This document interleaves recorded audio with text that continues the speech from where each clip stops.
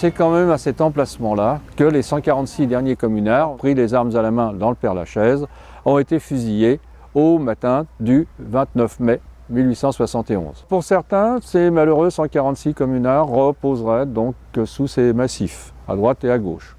Pour d'autres, ils ne sont plus là. Alors là, c'est toujours pareil, on n'a rien de vraiment très précis.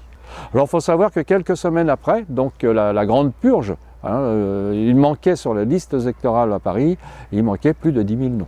Alors on a ramené quelques jours après avoir fusillé cela, on a ramené dans ce cimetière du Père-Lachaise, on ne sait plus exactement où, 1086 ou 90 dépouilles de Parisiens ou de communards fusillés hâtivement ou descendus dans la rue, dans le quartier. Le mur qui était là à l'époque a été démoli, celui-là posé à la place. Et à l'époque, quelques temps après la commune, il y avait des gravures qui circulaient où on voyait une femme en grand deuil devant ce mur et qui montrait les impacts de balles sur le mur. Elle était avec ses enfants, elle disait « c'est ici que votre papa a été assassiné ».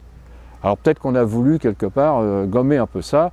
Vous savez, c'est le principe, ça. Pendant des années, ça a été, disons, le lieu de rendez-vous de tous les partis de gauche. Le plus grand rassemblement devant ce mur, c'est en 1936, à l'avènement du Front populaire. Et là, il y a 600 000 personnes qui ont passé devant ce mur. Bon, si vous voyez, ça fait du peuple. C'est l'endroit le plus visité, pratiquement par tous les partis de gauche ou les partis progressistes à travers le monde.